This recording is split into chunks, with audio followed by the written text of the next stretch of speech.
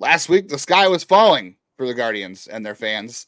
This week, the Guardians are back on top of the baseball world in terms of record. The rotation looks better, and they've won 5 in a row. That's why they play 162 of these.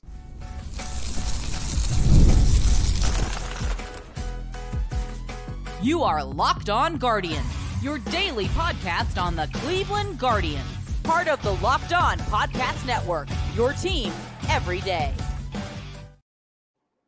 I'm going to let everyone know at the start, we just recorded an hour interview with Jeff Ponce, so look forward to a 2-parter coming Friday on the audio side of things.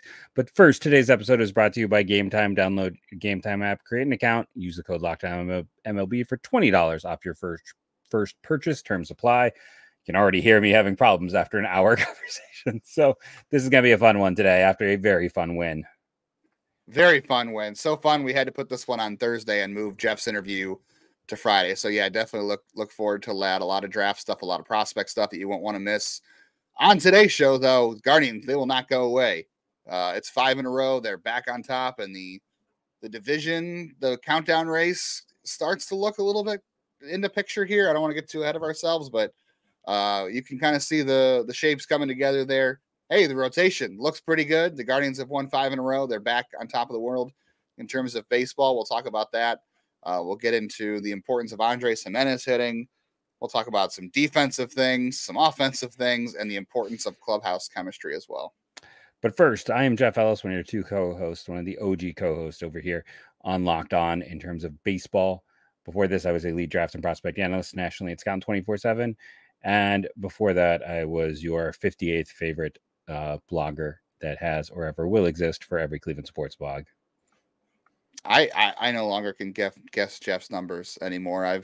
The first couple of days he started doing that, I was getting them, and now I'm like, man, even they're throwing me off the trail. So Jeff's getting better at these games. I'm Justin Latta. I used to be the editor at Guardians Baseball Insider before I made that crash and burn. I don't know. I'm still a freelancer at the News Herald in the Morning Journal. I'm here, and you can occasionally read me at Prospects Live, where I am going to do some stuff on live looks from the Midwest League from this year at some point, because I did get to go on Tuesday night, and I did get to talk to Jeff there.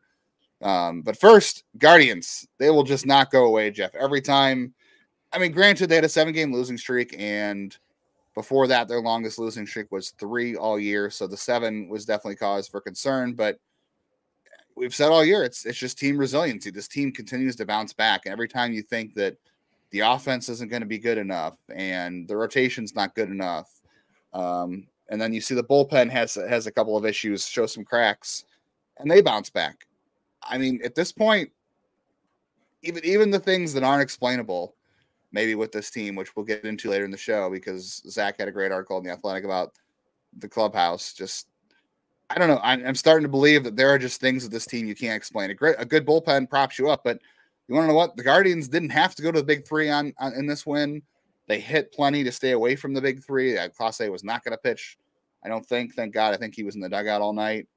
And you got a great start from Alex Cobb. So your two trade deadline acquisitions, Matt Boyd and Alex Cobb, shut down the Chicago Cubs, who are not a feeble team. They are still a team fighting for a playoff spot in the NL somewhere in the wild card race. This is not a bad Cubs team. And they just shut them down. I mean, 1 run the last 2 nights.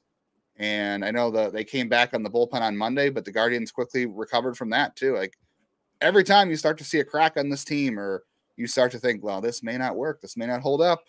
I mean, we're mid-August here, and the magic number is down to 38. Yeah, it was an impressive performance. I don't think anyone can really argue that it was anything other than that. I mean, Alex Cobb, wasn't until he started to struggle, but it's like he only allowed 3 base runners. It's like a triple and a sac fly is how they got the only run in this one. And then the offense just kept coming up, kept coming back. And Nick Sandlin was weirdly effective, even though I had a heart attack when he came in. And then Barlow, apparently Brian Rocchio just doesn't like Scott Barlow. I mean, that was a little league error. The professor remains the worst nickname in baseball at this point in time. I don't get, like, we'll talk about it more later, but my frustration is reaching a boiling point there. Yeah, just like Cubs hitters, frustrated by Alex Cobb. I mean, we talked about his start in Minnesota. It was good except for one pitch. He threw a 3-0 shot down the middle that, I think a lot of minor leaguers would have hit a 500 feet. And the guy he did it to is capable of doing that to anybody. So it wasn't a good pitch. And again, we talked about, you can make the argument Vogt should have not let him face that batter, but if he makes one good pitch, maybe he gets out of it. And Alex Cobb was one good pitch away from getting 6 innings and a quality start in this one. He walked the last 2 batters. He had a 2-strike count. I think it was it Suzuki was the final batter? He walked Bush and then. Yes, he walked Bush, then Suzuki. Yeah, and then he had 2 strikes on Suzuki. So he had a chance for a quality start here and then some. I mean, 1 run in 6 innings for a guy who's making his second start of the season at the major league level. They've both been pretty good, minus 1 pitch. I know we were both a little bit concerned about, everybody was a little bit concerned about how he would look after hip surgery and shoulder soreness and not pitching all season. Like, if you would have told me Alex Cobb was pitching really good all year, I would have believed you after these last 2 starts. Like, I know we were both a little bit timid on the trade as far as like we both like Bresnahan quite a bit. But I think I came around to it a little bit quicker than you did, not to like call you out. When I really sat down and looked at it, it's just, there were not great arms traded. And it's very clear that, again, Fetty, the White Sox would not trade to Cleveland. Maybe, though it was Detroit preferred not to trade Flaherty here. And Zach Eflin is essentially Alex Cobb anymore. So, like, again, one can make the case that they got the best available arm. They're just, you can't make a trade happen. It's you hope it's there, but there just weren't those pieces there. Yeah, and they got creative. Like, give him credit. Like, this, it's 2 starts, so we don't know how it's going to roll out. But the way he's looked, he's throwing 94, 93. He's hitting 95. Like, he's 36, and he's still throwing as good as he ever has. Like, he still looks like the pitcher that shut out the Indians in the 2013 wildcard game. Like, he still looks like that dude at 36 and having missed all this time. And I think it was more than a dart throw. Like, the Matt Boyd thing, like you said, like, they clearly saw something there. They went out and looked at him, and they were impressed with the work he put in to rehab, to come back. And they clearly saw something they liked. I mean, God, they spent enough time over the years getting dominated by him, even when we didn't have his best stuff. And he came out and he threw strikes. These are 2 veteran guys who have been known for throwing strikes. And maybe Boyd's quality of strikes hasn't been as good over the years as Cobb. But, Cobb was an all-star a year ago. This wasn't just a dart throw. It wasn't like, oh, we'll trade for this guy and hope that, it helps. Like, they went out and they got somebody they thought legitimately could help this rotation out. And it was definitely a risk because he's been hurt all year and he is older. And he's coming off, a surgery that's not insignificant. But they clearly went out and checked the medicals, as you'll find out on Friday, that the biggest thing at the trading deadline for teams is figuring out the medicals, as Jeff Ponce will tell us on Friday's show. You'll all get to hear that. Medicals are super important. The Guardians were obviously very comfortable with Alex Cobb's medicals to make this trade. Like I said, it wasn't just a dart throw. Like, these guys really thought, again, they took a risk, but it wasn't like, we'll see if it works. They definitely believed in this. They had conviction of it, and he's proved them right so far. And he looked good. And I don't know, 1 turn through the new look rotation, Jeff, we've got Tanner Bybee looking great in Minnesota, coming back off after his like little weird shoulder weird alignment thing, and Gavin Williams had his best start of the year, and Ben Lively is having some issues with his walks right now. We'll see how that comes around, but now you've got Cobb and Boyd back-to-back starts, and you're going to go into Milwaukee with Bybee and Williams, and you will have Lively there. But 1 turn through the new look rotation, it's as good as it's looked all year, right? Like, for a team that came into the season hoping for Shane Bieber, Cy Young, and 2022 Tristan McKenzie, and Logan Allen, Gavin Williams, and Tanner Bybee building off of really good 2023 seasons, it's been a disaster for the most part. And I don't know, this is the best the rotation's looked all season. One turn through. No, it's and again, this Cubs team one turn is they're somehow worse than the sum of their parts, but they have some really good, really interesting hitters. And they shut them down, not just a little. I mean, 2 one-run games, and the starting pitching had a lot to do with it. And then today they did it without the good bullpen pieces. Like, that's kind of impressive in its own right. So yeah, that's got to build confidence. And this is a Cubs team that was 1 foot in, 1 foot out at the deadline. They're looking like they'll be picking top 10 next year. And you hate to see it. You just hate to see it. I don't hate to see it at all. Not at all. I may not either. They've got their ring. I don't think they're complaining over there at all. Yeah, I mean, you didn't have to go to the big three, and you got guys who are pitching into the 6th inning. Matt Boyd's getting into the 6th inning, and Gavin Williams and Tanner Bibby's getting into the 6th inning. Alex Cobb did, and suddenly you're not stretching your bullpen as far as you had to before. Maybe it's coming at the right time. I mean, the Guardians hit their little skid there with the 7 in a row, which looked bad, but the rotation looks like it's set up right now the way you want it.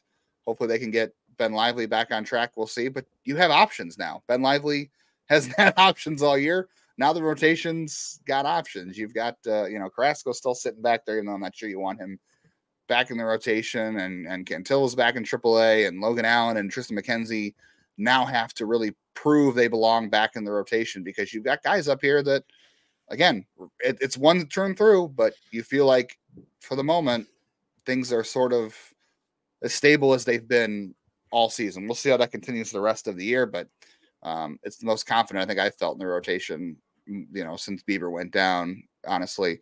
We'll talk more about the bullpen and how the Guardians pitching plan worked out on Wednesday in this sweep. We'll talk about Andres Gimenez. We'll talk about defense at shortstop. We'll talk about clubhouse chemistry as well, all coming up on today's show. If you didn't get to a Guardians game this week against the Cubs in Cleveland, that's okay. Maybe you want to go to Milwaukee. It's not a long trip. I have wanted to go to Milwaukee for a while. My wife's been there. Maybe one of these days I'll come up and visit Jeff. We can do something live there one of these days. But I'm not getting tickets this time at game time, but it is a weekend game. It is a weekend. We talked about making this trip. We couldn't make it work because of my wife's going back to school this week to teach. But if you want to go to Milwaukee, you can still get tickets on Game Time because they are the authorized ticket marketplace of Major League Baseball. It makes getting tickets faster and easier, and prices on the Game Time app actually go down the closer you get to first pitch. So Jeff's going to go this weekend. Maybe he should be checking out Game Time. You already know what I love about them. They've got the all-in pricing, so when you choose your tickets, you're not getting hit with some weird fees at the end where you think your tickets are like $60 and all of a sudden you're paying $90 and you don't know why. Not on Game Time. Plus you get the seat views, all that good stuff. And obviously the pricing that comes down closer to Game Time. So take the guesswork out of buying MLB tickets with Game Time. Download the Game Time app, create an account, and use our code LOCKEDONMLB for $20 off your first purchase. Terms apply. And again, create the account, redeem our code LOCKEDONMLB for $20 off your first purchase on Game Time. Download Game Time today. Last minute tickets, lowest prices guaranteed. Check out our pal Sully over at Locked On MLB after you finish today's podcast. And thank you for making us your first listen today and every day wherever you get podcasts. Shout out to our everydayers. Become an everydayer of our pal Sully. He is going to talk about the best record Guardians in Major League Baseball in the American League. He's going to talk about the Cubs who are falling out of a playoff race over there. I'm sure he's talking about the Brewers. I know he's talking about the Oakland A's. If you're into that, whatever team you want to hear about, whatever storyline you want to hit, our pal Sully has it over at Locked On MLB, part of the Locked On Podcast Network, your team every day. And somehow every day your pitching plans don't always work out, but it did on Wednesday for the Guardians. Emmanuel Clase was not going to pitch a 5th day in a row. That would have been wild. Kudos to him for being super efficient, being available 4 days in a row. Vote went for it. Like they went to go clinch the win on Tuesday night, and it worked. And as we've learned over the years with Tito as well, you win the games you think are winnable and figure out tomorrow. They did that, and guess what? It might rain tomorrow, or it might happen where you score 6 runs off the Cubs. And you don't need your bullpen, or at least not the big guys, but it certainly worked. You didn't need to go to Cade Smith. You didn't need to go to Hunter Gaddis. You couldn't go to Emmanuel Clase. You didn't need to. You scored enough runs. Alex Cobb pitched well. It doesn't always work out like this, but now the big three didn't pitch on Wednesday, and you have an off day on Thursday. And I think you got 6 games, or I'm sorry, you have 3 in Milwaukee, and you have an off day on Monday. So essentially those guys could all pitch this weekend in Milwaukee and be off Monday and be ready to pitch again on Tuesday when you face the Yankees. So sometimes things work out, which is nice. Yeah, they are set up for this series. Like I said, I want to go. I'm going Saturday with a friend of mine up here. They're doing a Bob Uecker, Harry Doyle bobblehead giveaway. So you'll know if I got it because you'll see it behind me on the shelf. But otherwise, yeah, it's going to be in terms of who they have to face. The fun one's Friday because it's old friend alert. It's Aaron Zavalli on Friday versus Gavin Williams, Freddie Peralta and Colin Rea, however you say his name, who hasn't been all that good. So it actually lines up in multiple ways for them in this weekend series. They're avoiding Milwaukee's ace Tobias Meers, so that's important. Could you imagine the diehards on the social media if the Guardians had to face Tobias Meers in Milwaukee and they lost that game? And they might Tobias Meers. It's like people think that's a joke. No, he's their ace right now. I'll just go pull it up. Like, no, he is. You're right. He's 100% the ace for the number one team in the NL Central. Like right now, I wouldn't be hating if they had him on this team still. You could make the Junior Caminero trade work if you were currently in control of Tobias Meers, because it's a lot of control, and he's been, he's a mid-rotation starter, let's be honest, but like still, the Brewers have like 5 years of control, and he's going to be worth 3 wins this year, and I would love to have that. So yeah, this year, yeah. Sorry, he's not going to be a free agent until 2031, Tobias Meers. So you've got a lot of control. Yeah, and I don't think Junior Caminero will be a free agent until like 2033 at this point, because he just got called up by the Rays. So yeah, we'll talk about some good trades by the Guardians on Friday with Jeff Ponce, but that is not going to be one of them for multiple reasons. They lost out on multiple levels of the deal. That's what makes it kind of I know. Yeah, that was probably their biggest blunder of the last, decade. I guess not as bad as it is worse than the Yandy Diaz. We'll have to see. It kind of matters. Jake Bauers. Gonna see him this weekend. Yeah, he's playing well for the Brewers as well. It's the all the Cleveland pros. Eric Haas. Yeah, Eric Haas is their backup. Bauers. Cleveland North. Yeah, it's they're taking all the guys that Cleveland couldn't work with, and they're making them work. Jake Bauers has a 97 weighted runs created plus this year. Didn't see that coming. Nope. But it's like somehow, like if Cleveland fails a trade with the Rays, the Brewers win. I don't know how that. It's like how the Brewers. The Brewers won the Sean Murphy deal. Like they just win weird, The Brewers are like, all right, Tampa Bay and Cleveland made a trade. How can we benefit from this? Like we're going to win in a few years. Somehow. Yeah, just wait a few years. We'll get this guy. It'll work out great. Whoever their GM is over there is like just watching the waiver wire for when this happens. One of them won't be Andres Gimenez, but at least hopefully not anytime soon, because he's locked up to a long-term deal. And that extension's been, super controversial because it's been, 2022 was great, and he hasn't come close to that level of production, which we've said all along, probably not going to happen. Yeah. We thought, last year was kind of rough for him. He picked it up towards the end. The counting stats were really good for him. The overall production was kind of down. So we thought like he was somewhere between 2022 and 2023. And this year it's really been closer to 2023, unfortunately. But I think what you see, obviously the defense is incredible. Like the value there is just unmatched. And I think the value would still hold up at shortstop, even if he's, if he's a platinum glover at second, maybe he is still a gold glover at short, and he's just not a platinum glover. I don't know. He's worse than he was a year ago offensively, unfortunately. He's striking out less. He's walking less. He was not hitting the ball hard early in the year. Stephen Vogt says right now he is trying to hit the ball harder. Like he's actually going up there looking to do damage. Expected stats, think he should be hitting 270. I don't really love expected stats because they tell you what should have happened, and what should have happened doesn't always mean what is going to happen going forward.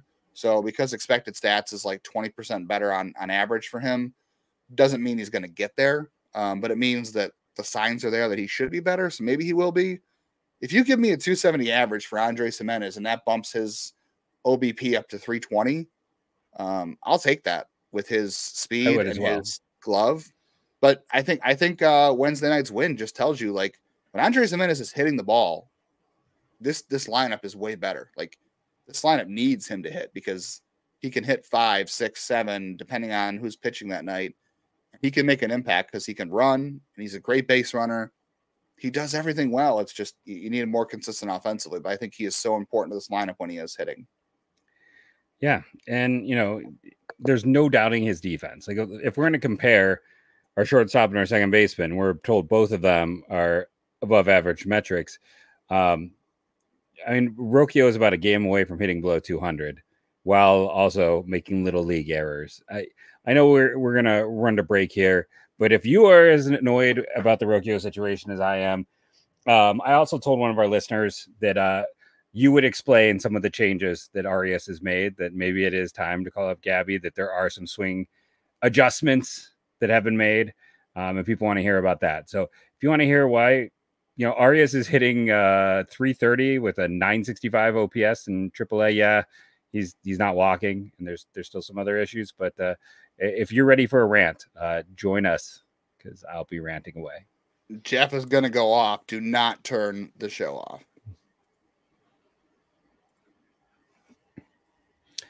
Prize Picks is giving you something for free right now. That's right. Who doesn't want things for free? I mean, everyone likes Prize Picks for free. The one problem right now, they're giving you a free one. Their website isn't working, so I'm going to get the name wrong. But there is a MMA player. I don't do MMA. I don't know MMA, but his name is Israel Idenya, maybe. But they are saying that it is that they are giving you this one for free. Normally, he has 100.5 strikes that he is going to make, good strikes. Instead, the more or less is 0.5. You can't pick less. You can only pick more. They're giving you a free square. Go take the free square. You can head over to Prize Picks. I don't know anything about MMA, but even I would get this right. Head to Prize Picks, download the app, use the website. Promo code is Locked On MLB, all lowercase, all one word, for a first deposit match up to $100.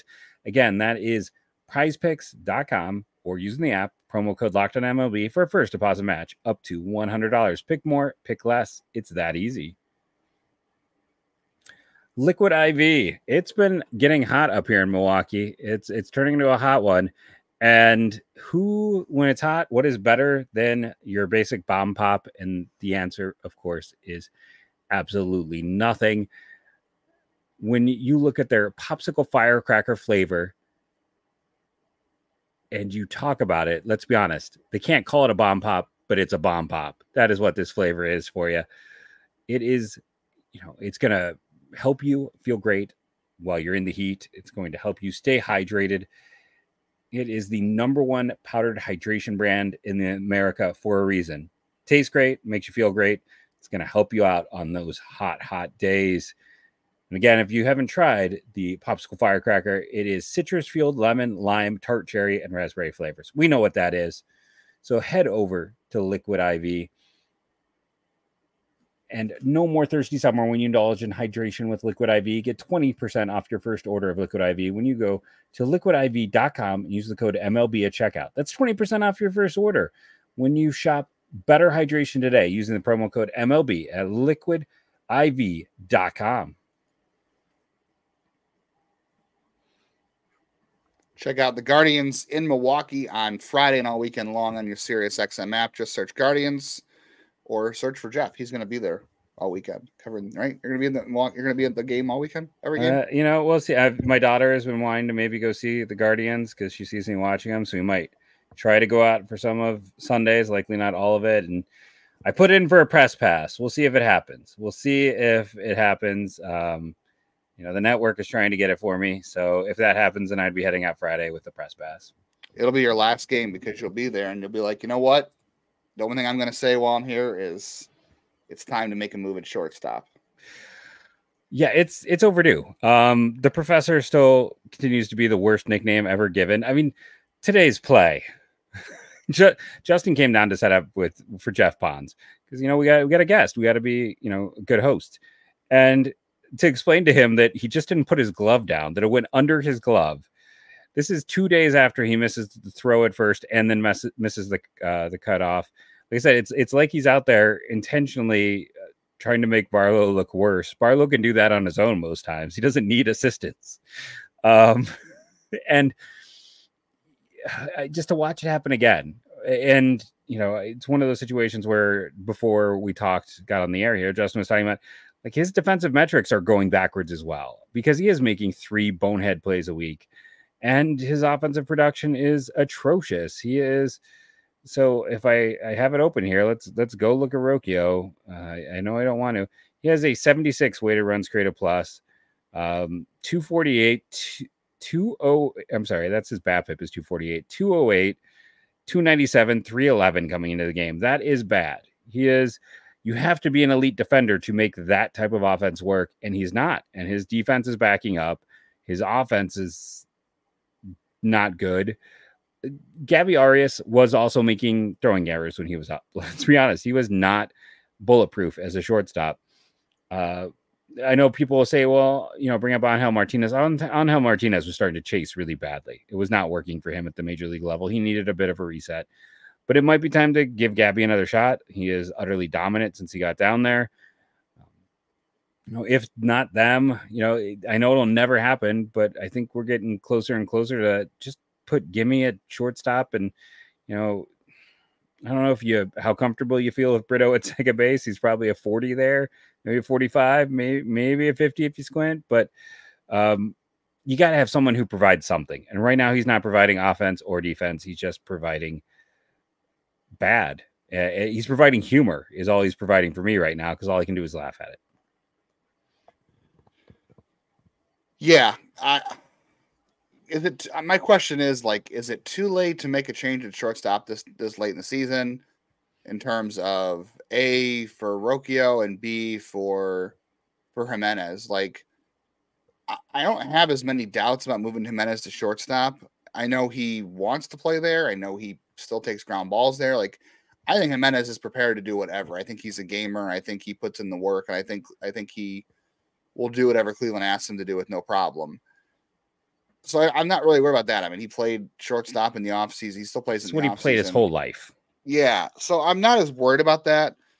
And like we've talked about before, maybe doing that also takes some issues out of hitting too, because maybe it frees him up to worry about less about hitting and just react more naturally. Yeah. But he's hitting well right now. A lot. He's hitting better right now. And I'm not sure you want to mess with that.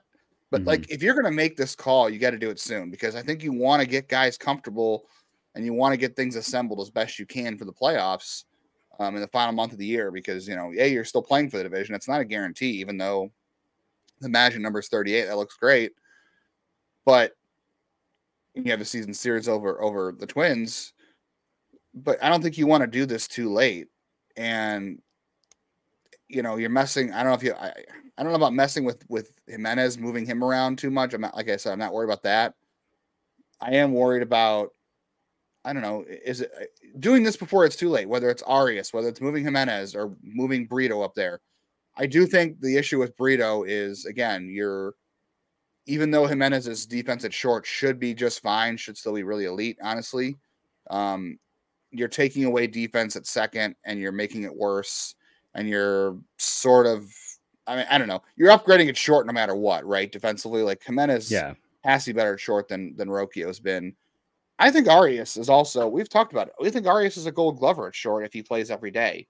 The arm is just incredible. The range is there. I think there are definitely some odd plays that he makes too sometimes. But Rocchio's doing the same thing. And honestly, go look at the numbers. Jimenez. Arias has a 69 WRC plus. It's 76 for Rocchio. What's the difference in 5? And the difference is what? Five there, and you're not getting Gold Glove defense out of Rocchio. If you were, I'd say don't make the switch, right? It is what it is. You're just gonna, this is the Miles Straw argument again, right? You're hoping that he gets good enough defense. The metrics are coming down on him, and I almost wonder if maybe I don't know, is it sending him back to AAA going to hurt his confidence, or is it going to help him for next year? But if you send him down now, you kind of have to say, we're making a switch and it's got to be permanent. Like I said, if you're going to do this, you got to do it soon. Yeah. I don't think you can do it too late. And I think once you do it, you got to commit to it. They've committed to Rocchio this far into the season. I don't know how you handle that. It's a tough decision, to be honest with you. They'll have to make a call one way or the other. And I wouldn't want to be the one to make that call, because it's impactful. It's definitely an impactful decision, but I think whatever you do, It's just weird because remember when he was supposedly cleaning out his locker, and it's like, yeah, nobody has explained that. Still, it's so weird. I don't know. At some point, you just got to declare like this is who. Maybe they are declaring. Maybe by not making a change, they're saying no, this is it. But if you do make a switch, you got to hold to it and make the switch. I think the better route is Arias and Jimenez. Honestly, as much as I want to see Brito, the defense I think is just not going to be good at second, and you don't know if he's going to hit. Arias at least has some level of major league success. They changed his hands at the plate, like his hands are higher on his shoulder now. They're claiming it's helping him get into better position to hit the ball. He is hitting some of the best he ever has at AAA in 82 plate appearances. I'm not worried about the walks because honestly, he's down there to make swing adjustments, so you got to swing. Not worried about that. But yeah, if you're going to make that decision, you got to make it soon. And I think it just makes more sense to have Arias at short and Jimenez at second. As much as I want to see Brito, I think given the time of the year and what you're playing for, you're probably safer going Arias at this point because you're going to have better defense out of both spots. And if you do have Freeman at short for a day or Schneemann for a couple of innings in a start because of platoon issues, Arias can play first with, David Fry unable to play. He can play right if you need him, right? Like he can play third and spell Jose. Like he's still Rocchio is just playing short every day. You can have Arias start 4 games at shortstop and 3 games elsewhere. I don't know. Can you make both work? I don't know. But I think yeah, it's just, I think there should be a change, but it has to be soon and you have to be definitive. Like this is the way we're going the rest of the year. It's just not working. Like, let's just be very honest about it. That's why, like, again, one of our listeners, and I wish I could remember it, like IKF would have been the ideal. Like that's what they needed to get at the deadline. That was, if you're going to sit back and talk about like where they missed at the deadline, IKF, like reasonable contract, borderline Gold Glove defender, can play all over the diamond, was hitting really well this year. I think he had like the 3rd highest weighted runs created plus of anyone traded at the deadline. I probably wasn't going to keep that up, but yeah, it's just shortstop isn't working. I don't know if Gabby's the answer, but right now I know Rocchio isn't. And yeah, it's, the shortstop factory has had some jam ups. And for anyone asking, yes, Ahmed was released. I think he gets claimed I think Cleveland would consider claiming him. I think he still has friends here with the situation they've had. I think they would consider him, but I don't think he has any chance of getting down the line. I can't do it. You're going to downgrade defense, and Lord only knows what'll happen. I know the offense is much better, but unless you're planning on a late game defensive replacement, which I guess it can't be Rocchio because look what he keeps doing to Scott Barlow. No, I just think you can't have that in the playoffs. You can't have what happened the last 2 nights happen in the playoffs. Like there are good things Rocchio does defensively, but there are just so many I don't know if it's like a mental error, like a lack of focus. I don't want to say because I don't know for sure, but the major league level is hard. It's hard, but those are the kind of plays that cannot happen in the playoffs. Especially if you're trying to use Nick Sandlin or Scott Barlow and you're trying to avoid Cade Smith and Hunter Gaddis because you need them to have a night off. Like you can't have those situations happen the way they did on Monday, and you can't have it in the playoffs. So yeah. We don't have all the time to get into Noel. We'll say chase rate doesn't matter. From our Noel opinions, honestly, but it was a bad night for him on Wednesday, as we thought it would be. Yeah, teams watch and see if more teams bust him inside and up. That's going to be the thing. I think we saw the playbook there, but we have a monster of an interview coming up. Why don't you take the lead on that one? Yeah, so Friday and Saturday, honestly, depending on where you're looking for the podcast. But I think Friday and Saturday, audio-wise, it's going to have to be a 2-parter. Yeah. Before we taped today's episode, we did an hour-long spot with Jeff Ponce of Baseball America, everyone's favorite guest. I think he is the overwhelming favorite, Jeff, in terms of everybody we've had on so far. It's him or it's John. Those are the top 2. Yeah, John. Everybody loved John. I mean, everybody loved when we had Tanner on a year ago, Yeah. We would love to get more players on. Again, tell the Guardians that you love hearing us talk to players like Tanner. Cooper Ingle was awesome. People did enjoy that. But Jeff Ponce is one of our most reoccurring guests because people love him. And honestly, he's filled with just incredible information. And he's just a smart dude. And he was in Lake County this week to look at Guardians prospects, Dodgers prospects. So we talked to him about that. So we talked about Travis Bazzana. We talked about Jacob Kozar. We talked about Ralphie Velasquez. We talked about Luis Morejo, all that good stuff. Yep. So make sure you join us each and every day. Make sure you're commenting, reading, reviewing, doing all that fun stuff. It helps be an everydayer like John and David and Siege with me. Thank you all, and go Guardians, go.